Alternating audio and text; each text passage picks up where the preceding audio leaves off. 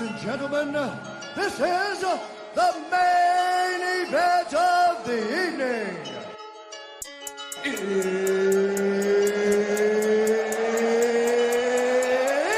almost time! Getting off. Oh, hey, what's up, y'all? Cornbread 217, I'm back from Wakanda. You know what I'm saying? And this is almost time. It's almost time. Where we discuss, last whatever night's fights was. I am Cornbread 217, and in the red corner, we have A1 Music up in this mug. And then in the blue corner, we got none other than our resident hater / quiet silent assassin, Paul Rodriguez. I'm just playing. I don't know Rodriguez, man. I'm just but yeah, man, what's going on, y'all? Well, I think I told y'all already. I'm wearing my San Diego hat today, but this stands for so disappointed because, like, and not with the fight itself, the main event, of course, but goddamn, like, y'all got bought out by Endeavor or TKO or whatever, the parent company of WWE and the UFC now. And within 2 weeks of that happening, we got a fucked up ass decision or draw like this. Nah, something's in the air, and I smell fuckery. Said, and I smell fuckery. Well, and again, the reason I say this, so we gonna jump this off. We kind of went in the same format last week, tried it out. We just got straight into the meat and potatoes of the shit. So we running with it. We just jumping right in. Hold on. This light need to get closer to me, because shit, there you go, nigga. But yeah, no, it was the main event was a fucking fantastic fight. Fantastic. Great performances by both Shevchenko and Grasso. Like, this really put some eyes on the women's division, and I think people are probably going to want to tune in more so now, because that was a banger. No, that was definitely a fight that somebody should have won. Yeah, oh yeah, and this is coming from you, Mister. You got to beat them to become them. I mean, you clearly did. I know. Like, that's what I'm saying. But no, so man, we was in the group chat last night breaking this down as it was happening, just because we do this sometimes. Like, especially if one's good and it's going back and forth and stuff. Yeah, that first round, when that first round kicked off, and it was similar to the first fight, like, Shevchenko just came out and took charge, established a jab, 2 really good body kicks when Grasso was in Orthodox. Orthodox. And like, really, the way it was looking in the first round, I said, no, this ain't going the distance. And Grasso about to get slapped. She just looked flat-footed. She didn't look like she knew what to expect. And I loved it for Valentina, because she said that this is what she was gonna do. She said, "No, like, I'm gonna show her the real bullet." That last time, there, like, I can't explain it, but that wasn't it, and I'm gonna show her. First round, jab too. Yep, them kicks, that jab, and just that control, and tried a couple takedowns. Grasso was actually very hip to it. I give her credit for that. That's about one of the best things she did that first round, was stop them takedowns. The second, she got a knockdown too, didn't she? That was a second round. Round, yeah. Yeah, no, second round came out and it looked like it was going to be more of the same. And actually, Valentina landed a power shot at the same time Grasso did. But Grasso put her on her ass, made her do a backward somersault, changed the momentum. After the second round, I had it 1 apiece, and I think you was in agreement too. Third round came out. I was gonna say, and in that second round as well, after she got that knockdown, she tried to go in for the kill, and they kept saying it like she was like getting too excited or something. Mm-hmm. You know what I'm saying? Like, each one of them times she had it in the bag, or like, you know what I'm saying, not having it in the bag. But yeah. If any round was a 10 round, it was that one. Yeah, no, if there was going to be a 10-8 round, that would have been the 10-8 round. Yeah. Like, and I don't even think so. You only get 10-8. You only get 10-8 basically if like you're TKO'd in that round. You it's got to be pure domination. It's got to be pure domination. The definition of an 8 is no action from who's getting you, whoever's getting. And that's what we jumping ahead.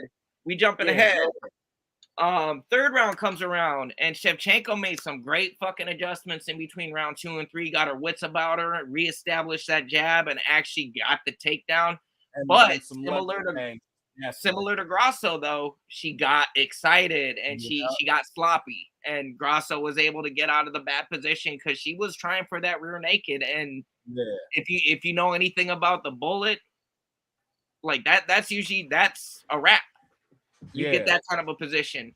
Had the body triangle in too, and Grasso was doing the right thing, but they were calling it too that Valentina is so flexible with her legs that even with the proper technique to get out of it, Grasso couldn't turn into it. Yeah, right. I think she finally did towards the end of the third, but by then Valentina secured that round. Yeah.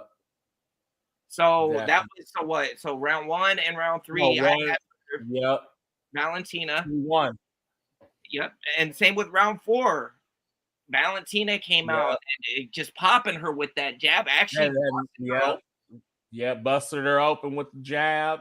And you could tell also too, Grasso was starting to get tired too. You could tell she had been pushed harder than in that first fight, and she was wearing it because y'all didn't go past 3. Yep, I think they made it briefly into the 4th. Yeah. But I mean that's right there. That you're past that now. Yep. You know what I mean? Yep. And you could tell. I think she thought she was going to be able to go out and finish her. But 5th round came out, and even that for 3 minutes of that 5-minute round, Valentina was winning that round. Had established a jab, the kicks, with the pressure, made a mistake, and fucking paid for it. Yeah, for the last about minute and a half. Which you get that, you know what I'm saying? At the same time, that doesn't negate the 3.5 minutes before that. You know what I'm saying? And Grasso won. Grasso won the 5th. Well, and so and I'll still give her that. But 10-9. Okay, right. I was gonna say if I dominated for 3 minutes and then she dominated the last minute and a half, and I got an 8 for that, I'd be pissed the fuck off too. Well, I'm not saying I didn't lose the round. You know what I'm saying? Especially when you look, I didn't, based on the time of control. And when you look at the card too, at the end, like again, Grasso had a more dominant second round than a round 5. So why was there no 10-8 in that round from the same fucking judge? Right. And if that would have been the case, that would have won Grasso the fight. Without that 8, if that 8 was a 9, that would have won Shevchenko the fight split decision. New.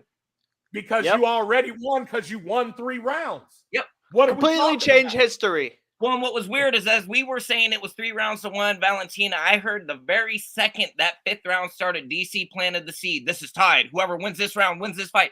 Who the fuck are you, DC? Do you got a scorecard? Or do you got the inside track and who the fuck they want to win? Yeah. They know. Come on, man. And I get it. They say, hey, if you don't want to get fucked over, don't let it go to the judges. Neither one of these bitches was trying to let this shit go the distance. Hell no.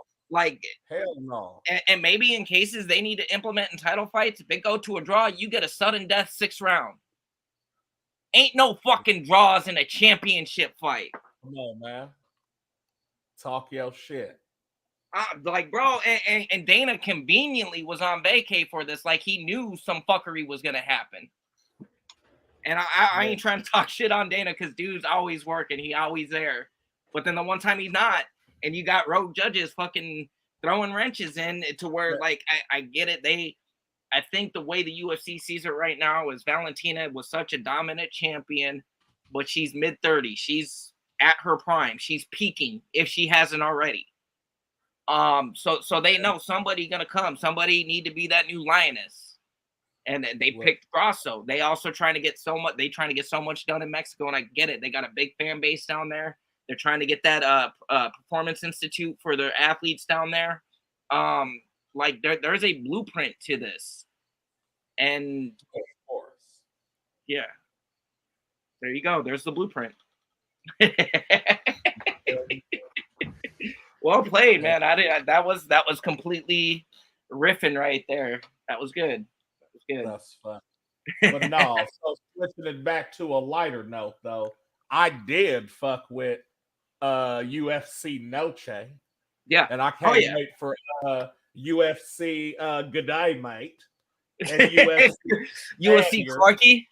Yeah, UFC Biscuits and Beans, whatever the fuck the British one is. No, like what I'm saying is, like, I like that it was themed Mexican. It was Mexican fighters. They went back and forth with the Mexican commentators, and they sounded like they was watching soccer. You know what I'm saying? No, like the whole shit was a vibe, man. And like I was like, ooh, that would have been fun to go to, like had it not been International Fight Week. Right. You know what I mean? And I like, and I don't know if they realized, because I didn't know that they was doing it themed until like the week of, and all of a sudden it's UFC Noche, and I was like, I fucks with it, but like, and the belt was Aztec and everything. I said, okay, that's and see, and that's another thing that made me think too, like, hey, they just got like the country of Mexico gifted that belt to Grasso. They don't want her to lose right away. You don't get a custom belt like that just to lose it. Although we saw what happened to Rodriguez when he got his custom belt, and I mean he got to keep it, but he ain't champ no more.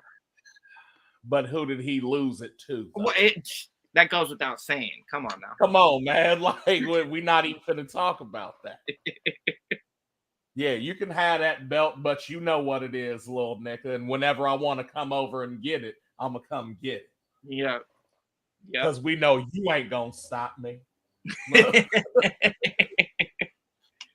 But so I guess we'll just jump one back to the co-main was a split decision as well. Yeah, this one it could have went either way. I'm not disappointed with it, but I don't know. Well, I called it before they called it. I said Della got this. Della stole that. That he did a little bit more in the third round. That round that he would get it. Yeah. And I knew like that it's one of them fights. Like it really depends on how you're looking at it. And judges are supposed to be unbiased. You know, they just supposed to be watching what's in front of them. But I like both of them. I like Jack. Obviously, look where he's from. Like this is I fuck with them down under. Game plan right now. Even. Yeah. But then you got the Trailblazer. You got Mr. Motherfucking Riverside, Mr. 909. I guess formerly 909. They on some 949 bullshit now. Yeah. But it's always 909 right here. Nah. He like I love Kevin, and I love that he's always fucking game. Like he will fight anybody. He fought fucking Kamzat on like 2 days notice. Yeah. Like literally got or switched the day before or some shit and just did it. I seen something too. Shavkat is looking for a fight for UFC 294 or 295. I almost put money on it. Holland steps up just to do it because that's what Kevin does. He gonna take an L, but he gonna get paid and he gonna get a vacay over to Abu Dhabi if they throw it together that quick. I thought he wanted to fight at 185 only now. Isn't Shavkat 170? Not well. In this Madalena fight was 170. Yeah. Oh, was it? Okay. Yeah. No, I can't remember who it was. Actually had a conversation with Kevin and like kind of told him. I think DC mentioned it about how Kevin, you know, he's just game. He likes to fight, and obviously he likes 185 because he can eat whatever he wants. He don't have to worry about, you know, watching weight and shit like that. But I think DC mentioned to him, he's like, nah, bro, 170 is your weight, man. Like you're a different fighter. You're much more dominant at 170 than you are at 185. And he's got a point. So I think that some of that pep talk kind of rubbed off on Holland to where, you know, he might not. But I thought, are you sure Shavkat is 170? I thought he was 185. Nope. Let me look. So let me look. Welterweight. Welterweight, huh? Yep. Yeah, well, they still got Kamzat listed at welterweight, ranked 4. You know he ain't fighting welterweight. Right. I also don't think Shavkat's ever fought at 185. Okay, and actually, I don't know if they're just slow with it, but yeah, Derek Brunson's still officially listed at number 8. Oh, on the UFC website. Yep. But yeah, no, split decision in favor of Jack Della Maddalena. Like you said, Dre, it could have gone either way. It was a close fight, and it depended on what lens he was looking through, because I wanted Holland to win it. I agreed that whoever got the last round basically got it, because up to that point you really didn't know. Yeah. And so when fights are like that, they're literally going to be like, all right, who won the last round? Oh, and I guess we forgot to do this for the main event, because this was the final installment of our Parlay Boys. And you actually had money line on Shevchenko. So you won, though. You fucking won. So good for you. Like, I don't care if the shit busted, because it actually busted on my shit. Right. It marked it as void on DraftKings. Did it?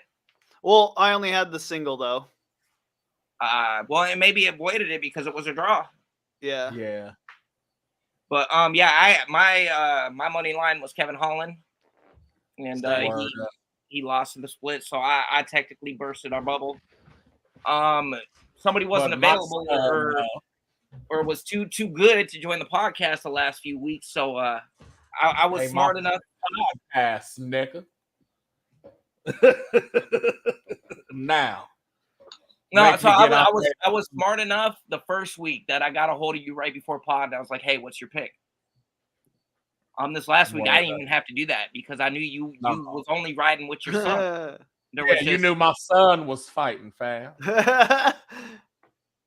For real, no. Your Nino, right? We just didn't know whether to pick money line or by sub. No, well, and I'm glad I didn't pick the sub. Yeah, I'm glad I picked the money.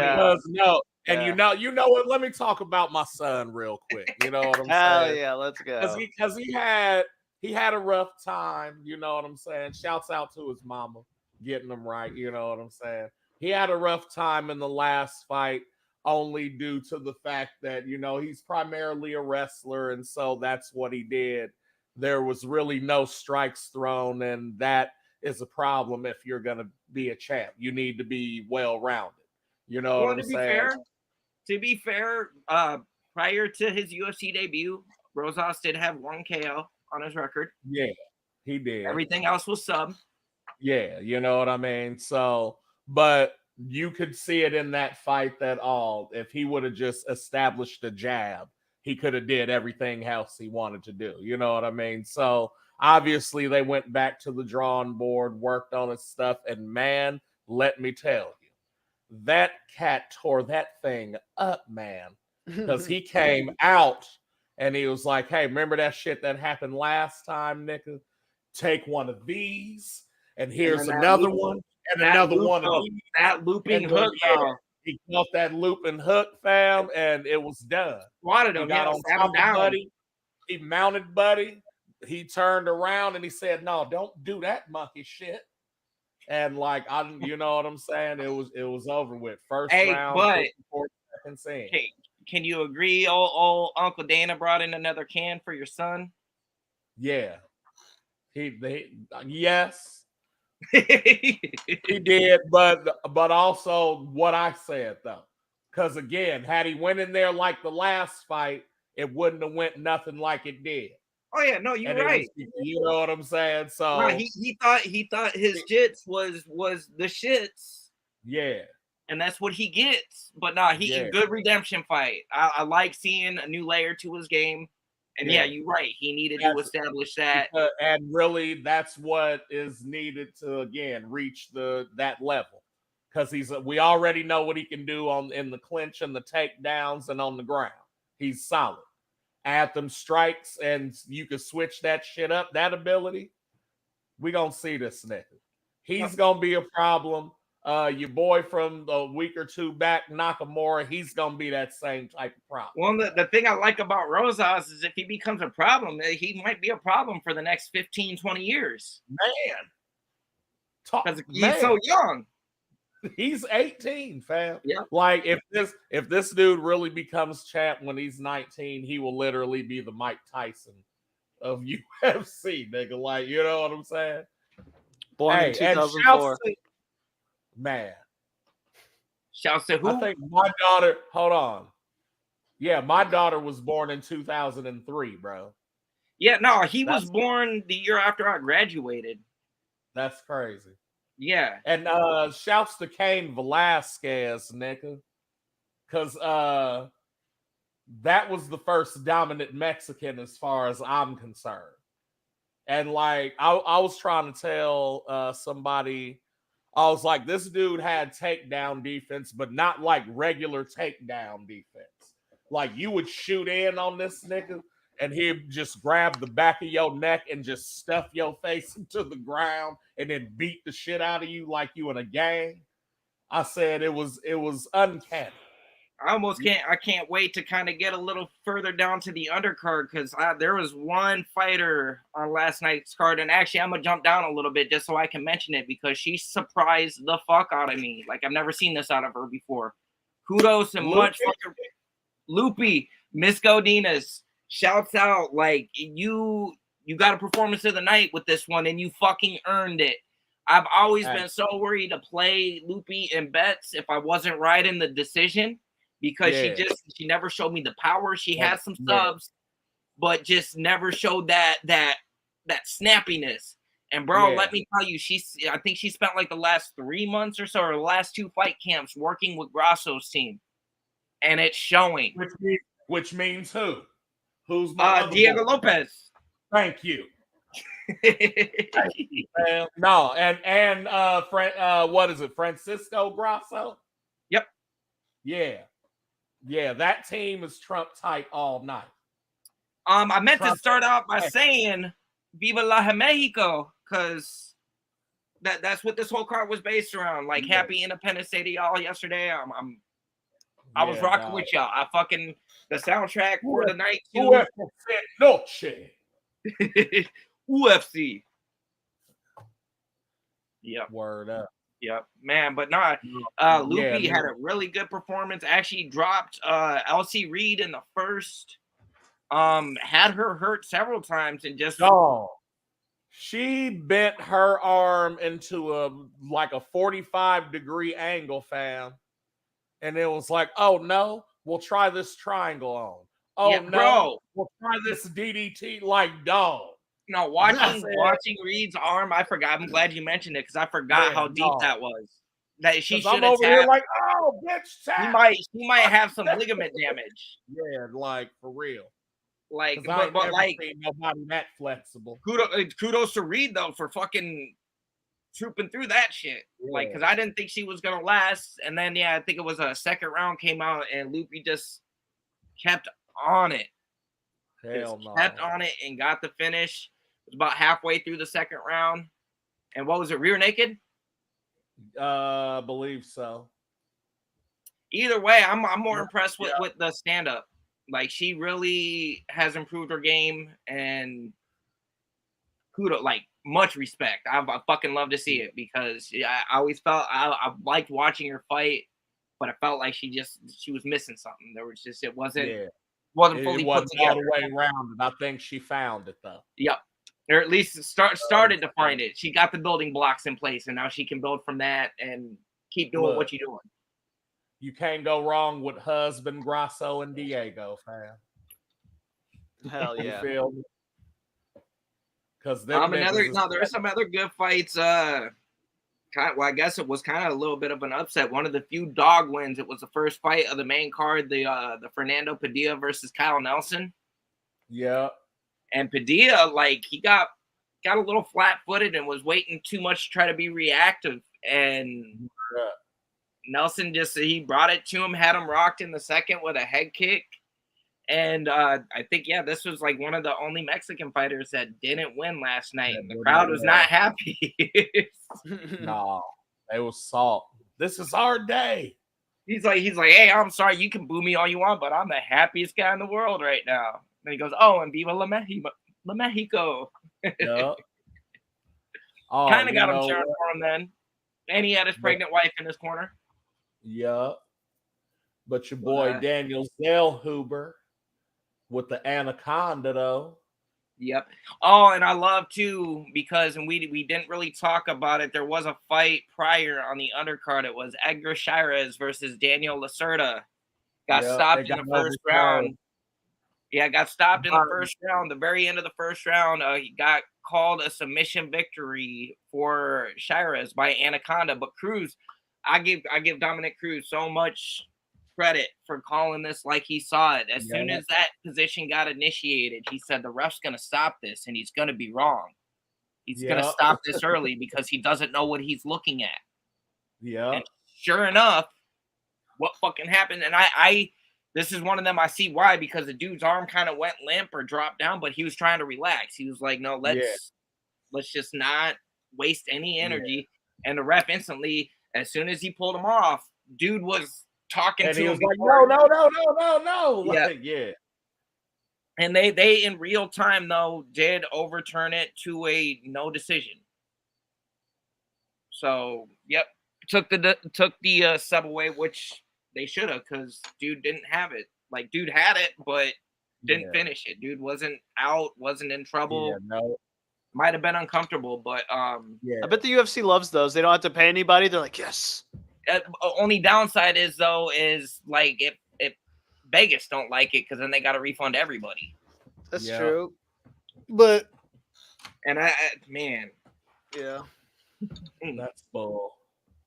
And then your boy Roman. What was it? The Zellhuber. He got the anaconda. What was it in the second round? And Giagos looked really good starting out that first round. Like, was kind of giving him some issues, constantly moving in and then hitting him with some good shots. But Zellhuber made a good adjustment and locked up the sub in round 2. Man, Roman Kopylov. This dude is a problem. He is a target hitting motherfucker. Like, no, like when people can strike like that, where they just look at you and it's like, oh, here, legs, face, like, and it's everything's working. He's one of them niggas. Now, he was over 50% land ratio in the first round, and Froome was on record going into this fight saying, oh, I like my chances. This guy's going to stand with me. Nah, his chances didn't like him, because like he got pieced up. Like, bro, no, the end of that first round, I don't remember what he hit him with. It was a knee or was an elbow. It was something. He caught him in the nose, bro, and literally watched just broke it. Like dump out. And I was like, oh. And then the rest of that fight, dude spitting out blood and gushing, like, dude, fuck him up. He needs to stop blowing out, but then invested in the body, in that body in that second round, and he caught 2 of the most dumbest ass body liver kicks that I've ever seen. Like, dog. And then just the straight punch at the end, the icing on the cake, when all he had to do was touch him with his hands. And it was done. He said, no, I'm out. He set that up because he hit him. Oh, and he hit him with 2 fucking high kicks. He blocked the first one, and I think it injured his fucking arm. No, the second one, both of them injured his arm. He blocked both of them, but it didn't matter. It still hurt him. And after those high kicks, that's what he did. He went for the high guard again. He just said, liver, bitch. And the motherfucker collapsed. Like, he said, nope, I'm good. Yep. Actually, Loopy got performance of the night. Word up. So did Roman. Word up. And he earned it. That one, that fight was actually my best pick of the night, because the odds were so skewed. You have to be a psychic and know what round he's gonna finally take him out. Yeah. And I sent my receipt. I picked Kopylov by TKO second round. Word up. think it was like plus 500 or 540 or something like that. But yeah, it was my best pick of the night. You I only got had 2 picks and lost them both. Fast ass versus Tracy Cortez fine ass. He got no, and tell me why Dre gonna hit the inbox or the DMs for group chat last night in the middle of this fight. He go, man, Tracy Cortez is fine as fuck. I was like, yeah. And he goes, man, I don't know. She looked like she might do porn or something. Oh, she got an OnlyFans. And I said, really? He goes, I don't know. If not, she should. You know who her man is, right? Who? Brian Ortega. Okay. And maybe Paulo Costa too. I'm not really sure. They had pictures together a while back that had MMA Twitter popping off about it. Gotcha. This fight actually they didn't get any honors, but this is a good fucking fight. Jazz brought it. There was some momentum changes. The final was a unanimous decision for Cortez. Yeah. One of the judges, and I almost guarantee you who I know the fucking name of the judge, scored it 30-27 for Cortez. Cortez won the fight. Not no fucking 30-27. That was a 29-28. There's no way you could cut it 30-27. You gotta look it up. Cortez is on a fucking streak, bro. 1, 2, 3, 4, 5, 6, 7, 8, 9, 10, 11 win streak now. Yeah, please let me know if Mike Bell was the judge in that one, because if so, I guarantee he was the one. Was he the 30-27? That's all I'm looking at. No way, dude. That's so crazy if you call it. I've heard a couple people say they're wanting them to be a little bit more giving with the 10-7s, or 10-8s, but not like that. Right. If you're gonna be giving like that, you should have gave in the second round too, you dumb fuck. Right. Yeah, at least have consistency with whatever you're doing. Nah, dude, you just knew you was throwing a wrench. You knew that if you didn't do it, this is why it took them 7 minutes to ring up the tabs, is because they was comparing like which one of us wants to take the fall. Mike Bell, you already like fucking a shitty judge tonight. Anyways, how about you? This nigga's IMDb.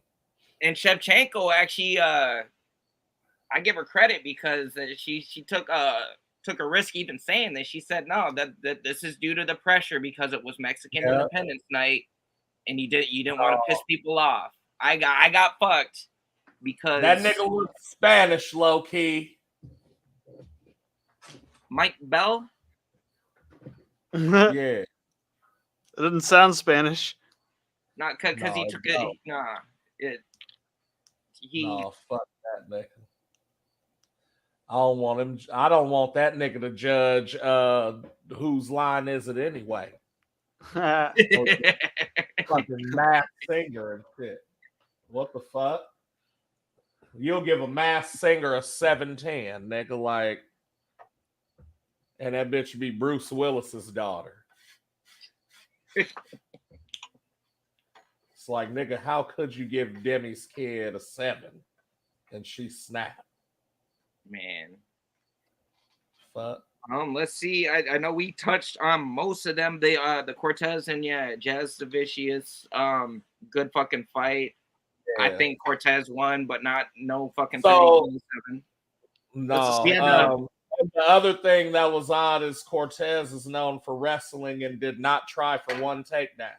Yep. Actually, Jazz Vicious was the only one kind of working with the ground game, and I don't blame her. That's her MO. What she does. But Cortez had really good takedown defense though too. Like at least in that first round, second round, it's a little shaky. But yeah, no, like I said, Cortez won, just not no fucking 30-27. Hell to the no. We had the return too of Alex Reyes after a 6-year layoff due to a spinal infection due to a stem cell injection. Well, and then that nigga, I guess, just took 2 more weeks off because he got knocked out in the first round. Now I didn't see.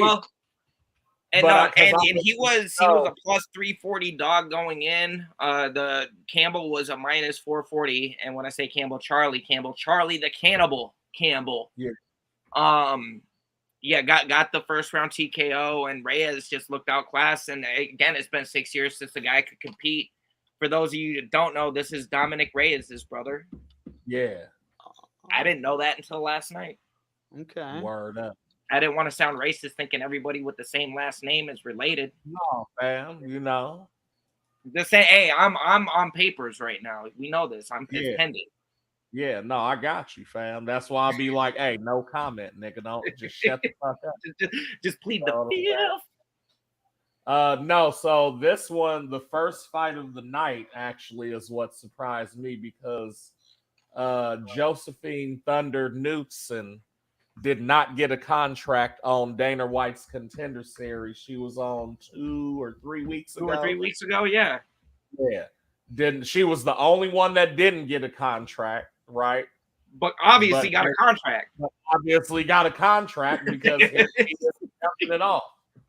And really went in there and worked my girl Marnie Man, fam. Yeah, no, actually, yeah, and got the decision victory. Got the decision, but so what I was disappointed in Contender Series is she basically did the same thing, only she didn't finish. This time she went in there, did her thing, tried to finish, and it just like had she had basically like 15 more seconds, it was a wrap. You know what I'm saying? So I'm seeing the improvement. So we'll see what she has to offer. You know what I'm saying? But yeah. I was like, yeah, she can have that unanimous. You know what I mean? It was decent. Yep. No, she looked good, but the one thing, like, and I feel like they gave her an opponent in Marnique Man that they were hoping she could get a finish out. Like they want her to get some confidence in that. And she got close. There's a couple times. Yeah. And actually, if you watch the very end of that third round, as soon as she pulled that rear naked, she didn't even have it locked in and man tap. She started tapping, yeah. So really, if y'all want to go to replay and see when that happened, she might have gotten a sub at 4 minutes and 59 seconds of round 3. Or like as close to as 5 that counts. Like a 5 asterisk, nigga. Like, you know what I'm saying? Yeah. No, so but all in all, this was a really good card. I fucking enjoyed it. But the controversy at the end left me with a sour taste in my mouth. And just to let you know, like even where my money laid at, I had Grasso winning by a decision. That was my pick. But after watching that, even me going for Grasso, I couldn't give her that fight. Because again, rounds 1, 3, and 4 for the challenger. And there's no ifs, ands, or buts about it. And I feel like the only reason she got a 10-8 is because if you really would have gave her a 10-7, niggas you wouldn't have had a job anymore. Yeah, no. Well, because it was a win either way. As long as it's a draw or better, Grasso keeps the belt. Yeah. That's all they needed. They didn't need a crazy robbery. They just needed a robbery. Yeah. I guess the one silver lining to this is that we'll more than likely get to see this fight again in about 4 to 6 months.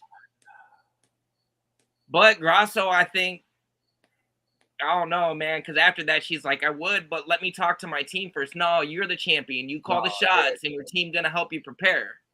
Like, she just didn't seem very confident about wanting to run that back a third time.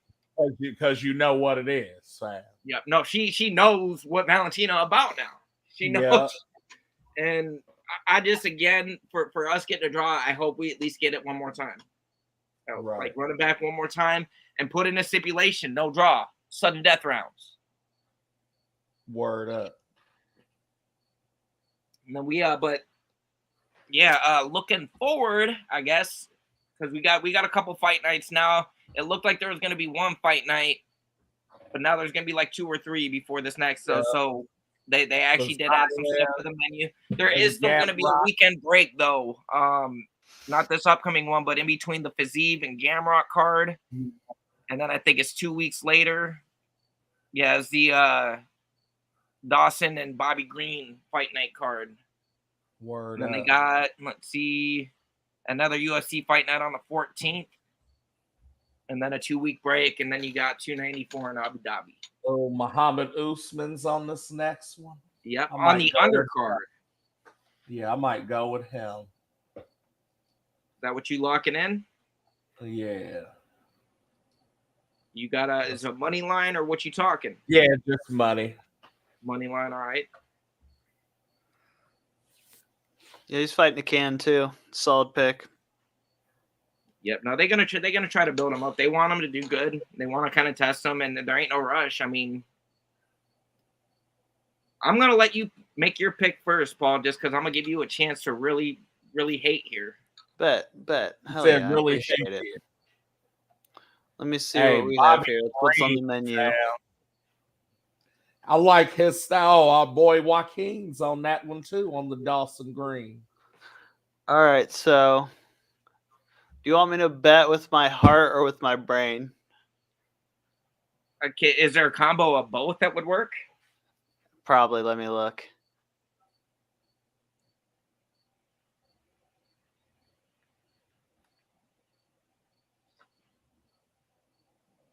I think so, yeah. Yeah. So let's hear it. I'm going to pick.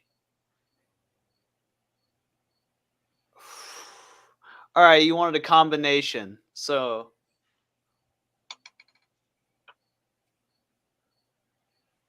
Danny Gay. I knew it.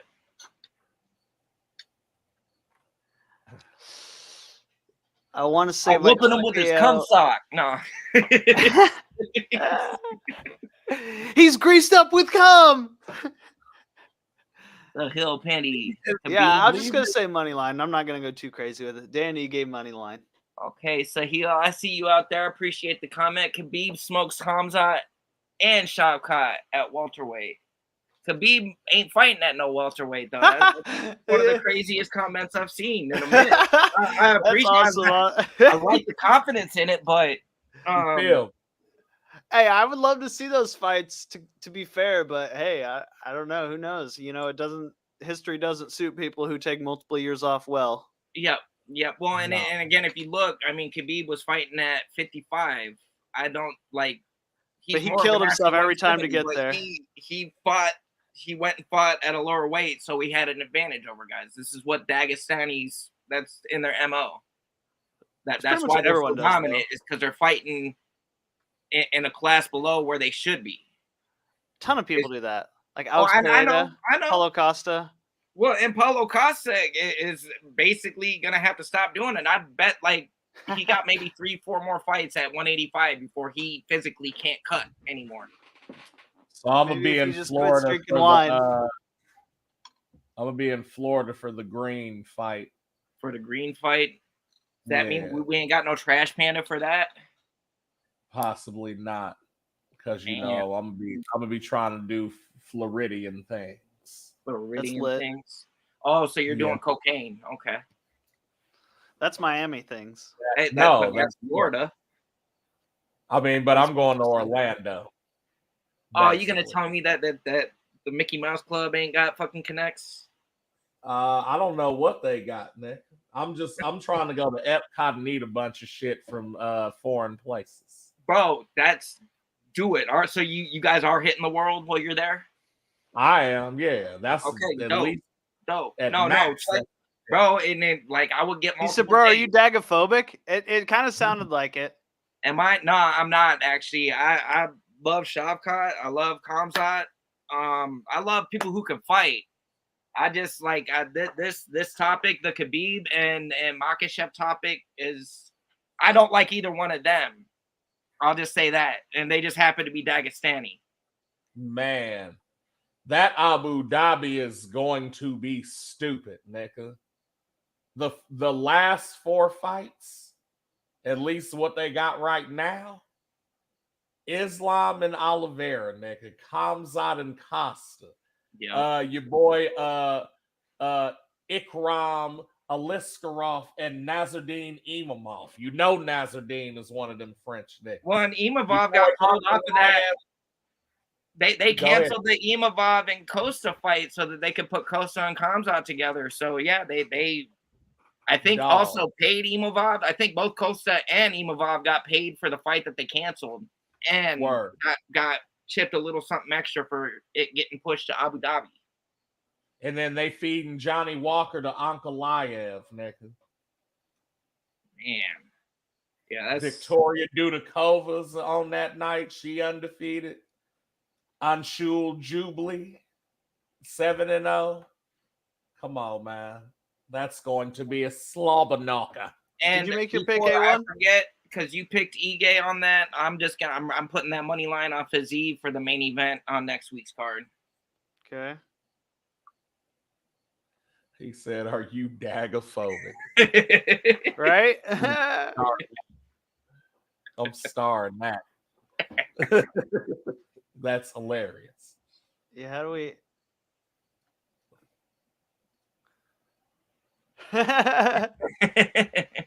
Hell yeah, bro. Now, hey, good question, because it could have came off like that. My apologies if it did, but I am not dagophobic. There's some fantastic fighters and athletes out of Dagestan. Oh no, y'all definitely. Well, not y'all, but Daggies. He goes, y'all. No, now who's sounding racist now? No, look, I call them the stands, fam, because it's a bunch of stands. Look, Shevchenko's from a stand. So don't get it twisted. You know what I'm saying? But yeah, the Stannies, fam, they got that right now. You feel me? Man, that's funny. The Stannies and the Joeys. The Joeys. I love me some Joeys, nigga. The Grumblers. You turn your growler to a grumbler, and you grumbler to a Mola. What did he say? Within 5 seconds, a fight comes out, will lift Paulo and throw him across the cage. You probably right.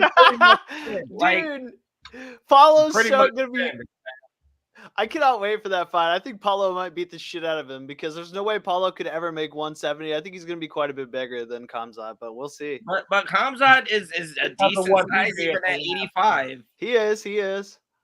But I see your logic though too, Paul. Because like Khamzat struggled with Burns at 170. Yeah, and Burns used to fight at 155 at one time. Yep. Nick. But I also like to be fair, Chimaev has been on record saying like that was my own fault. That fight was so hard. I thought I was gonna run through him, and that wasn't the case. If I would have fought how I should have fought him, it would have been a different fight. In my opinion, that just shows a lack of fight IQ. Who the fuck thinks they're gonna run through Gilbert Burns besides someone who doesn't know what the fuck they're talking about? He had reason to have those delusions a little bit, man. What he had done up to that point, man, he was running through motherfuckers. So I like the confidence. I like that. Like if you wanna be a great or a GOAT, you gotta have that kind of confidence. Like you gotta think you gotta run through for sure everybody. He thought he was Goku till he met Vegeta, Nick. Yep. You know what I'm saying? Guess who's fighting again on October 14th for the first time since 2008? What's 14? Pat Miletich. Pat Miletich? Yeah. He's fighting on October 14th. Yeah. Oh wait, yeah, you're talking. It's not for UFC, is it? No, not in UFC, just in general. Okay. He used to fight for UFC. Well, no, that's how I was like. I'm looking at the card for the 14th. I was like, I don't. Yeah, I'm over here like, where the fuck you see that? Oh no. I just thought it was crazy that I saw him get another fight. I was like, and then I looked it up. I'm like, when the last time he fought? 2008. Damn. Man. Last time he fought for UFC was 2002. I just want to know, did someone upgrade the Pat Miletich systems? Like, is it 2.0 or? Yeah, I don't know. He's probably on like HGH and TRT and yeah, like what's his IP address? You know what I'm saying? What was even Pat Miletich's system? Like if somebody was like, "Oh, nigga, the Dominic Cruz system," I'm like, "Oh, okay, walk awkwardly." Oh, right. Well, like, you know what I'm saying? He does have 16 submission wins, and he's 29-7. So I guess he's a submission guy. Okay. At 170. Gotcha. So it's a branch of like wrestling jiu-jitsu. Yeah, I think this guy was literally pre me watching UFC. I was a Chuck Liddell. That's when I got in. Gotcha. And see, I got in. it was like 97 or 98 is probably when I officially started getting on. Like, and it wasn't like we was even buying the pay-per-views at that point. We would go to the video store. We would wait for a couple new ones to drop, and we'd go get the VHS and go run them. This is before fucking time limits, and like when the only rules is like you couldn't eye gouge and bite. Like you could even punch a motherfucker Like, in the dick. Bro, Headbutt. Valley 2 rules. Yeah. Yeah. But man, it'd be crazy to think about. 30 years, man. Dog, 30 so years. my homeboy, his dad had a big ass satellite dish. And so this nigga watched everything for free. Like we was watching Canadian news and like Afghanistan shit, you know what I'm saying? So I want to say when UFC came out, you could like actually get the pay-per-views or something. It was only in like Canada that they broadcast from, or it was something crazy. Because everyone that came out for like the first like 7 to 10, we was at his crib watching that shit, being like, because we couldn't believe that blood sport became real. You know, bro, like but that's also what hurt the UFC's case when they first debuted. Is like, nah, they thought that this was blood sport. They thought like this was like minus killing a nigga like Chun-Li. You could stomp the nigga's head like Chun-Li. Like, bro. Like, and I ain't even gonna lie, going back and watching some of them highlights from way back, I cringe. Like, it's hard to watch some of them because people got fucked up. But that's what the sport is about, man. Bro, there's some gnarly pride clips where they're holding on to the rope and just stomping on people. Yeah, soccer stomps. Yeah, dude. Soccer kicks. Oh, go watch old ass like Jose Aldo kickboxing matches and shit. Because all that nigga would come out and do is grab you, throw you down, and just start kicking the shit out of you. Like, that was his MO. That's Rampage. Rampage Jackson did an interview not too long ago. I don't know for sure when, but he was on with Frank Mir, and they were just talking, some of their fight past and their experience and stuff. And Rampage, he said that the first time he went over to Japan for Pride is kind of when he got exposed to the HGH and like all the TRT and just all the performance enhancer. This shit has me dying, bro. Are you an AI, Sahil Pandy? Because this is an AI comment. Bro, he's in Chat GPT. He says, if Khabib versus Islam happens hypothetically, I'm 100% sure Khabib will KO below Muhammad. What? No, bro, that's what I'm saying. It's okay. Let's star that one. Are we gonna have to start including captures to join our fucking AI? No, star the AI so they can comment more. Then it looks like. Hey, AI, if you watching us, give us a thumbs up or a laugh emoji and like and subscribe. Yeah, like and subscribe. Subscribe to us, AI. That's right. Tell all your AI bot friends, please. Yeah, man. We'll do a special Dagestani episode. For sure. Where we cover everything Dagestani fighters.